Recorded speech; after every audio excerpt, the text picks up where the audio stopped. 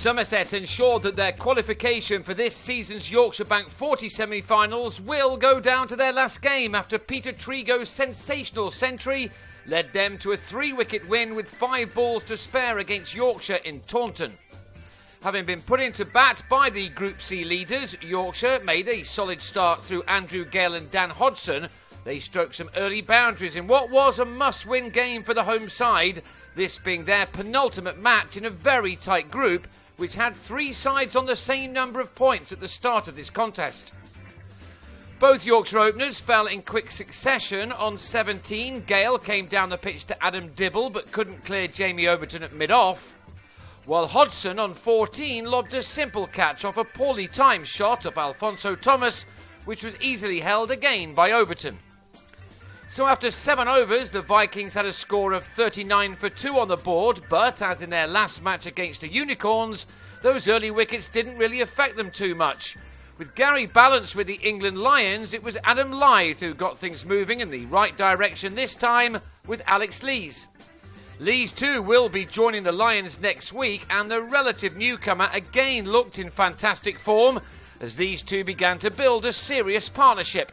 Both made 50s. Lees reached his second in 2 games off 51 balls, while Lyth's 7th 4 took him to his off his 48th delivery. This was not exactly what Somerset would have been hoping for in front of another sizable home crowd. The partnership between these two left-handers was worth 118 in 19.5 overs, with Lees impressing again with 62, which was made off 66 balls.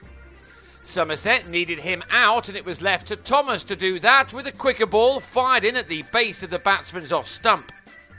Thomas was then replaced by Max Waller, who immediately removed Lyth for 58, Thomas being searched out in the deep. That left Yorkshire on 164 for 4 in the 29th over, but Jack Leaning then produced easily the best innings of his fledgling career. It included this 6 off Waller as the 200 was brought up in the 33rd over. But 3 wickets in 10 balls then set Yorkshire back. Azim Rafiq chipped a full bunger from Thomas to Trigo. Ryan Gibson had his stumps rearranged by Dibble, who then also had Rich Pyra taken behind by Joss Butler with a short ball in the same over to leave Yorkshire on 216 for 7 with 5 overs to go. They then finished their innings off strongly. Leaning excelled by getting to a maiden one-day half-century off 42 balls and then throwing the bat at everything before he was out for 60 to give Dibble a 4th wicket, the first time that he's achieved that. Ian Wardlaw began the final over with this 6 and a 4, and that helped his side to a challenging 261 for 8 from their 40 overs, a total Somerset simply had to chase down. Marcus Trescothick showed his intent in the 3rd over by flat-batting Wardlaw over the ropes, but next ball he mistimed a drive and found Lees at mid-off. But that brought in Trigo to join Craig Keyswetter, 2 players who've been in fine form with the bat of late in the shorter forms of cricket, and they were soon emphasising that with 3 sixes being struck in the space of 9 balls as their side got off to the necessary flyer. Trigo has had a wonderful Yorkshire Bank 40 season and has scored more runs than anyone else in this year's competition. He soon passed 600 runs in his 11th innings and was gunning for many more as he and Keyswetter brought up the 100 in the 15th over, which should have made the run-in to the winning line a fairly comfortable one. By then, Trigo had got beyond another 50, the 7th time he'd managed to do that this summer. That was his 8th 4 from the 33 balls he'd faced. It was just the kind of innings that his side wanted from him. Keyswetter for once wasn't able to match him with a 50. On 40, he clubbed Gibson to Leaning at mid-off after putting on 103 runs with Trigo in 14 entertaining overs.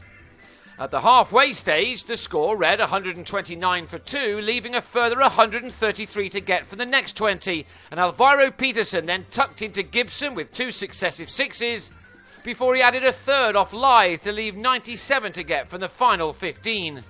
And with Trigo finding the gaps and 4s when they were needed, as he neared his second 100 of this year's tournament, that target was reduced to just 65 from the last 10 overs. With 8 wickets in hand, that should have been a canter.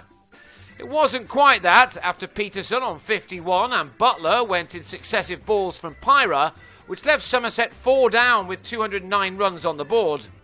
Trigo was still there, however, and this nudged along on took him to his outstanding 100, which had been made off 85 balls with 13 fours and 1 6. He now needed to finish the job off. He added 28 with James Hildreth, who was out for 11, just as our camera was hit by some gremlins. Craig Macheda then drilled Moeen Ashraf to mid-wicket with only 9 needed. Just 4 were wanted off the last 8 balls when Thomas was bowled, but the terrific Trigo had the strike for the last over, and he found the rope for the 19th time to the first ball before setting off for his celebration, his job being done quite brilliantly. He ended on a scintillating 140 off just 103 balls to take his side home by 3 wickets with 5 balls to spare. It wasn't quite a solo effort, but it wasn't far off, as he made sure that Somerset stayed top of the group ahead of their crucial West Country derby in Bristol on Bank Holiday Monday. They may not still be top by then, but they will know that a win against the Gloucesters should be enough to take them through to the semis.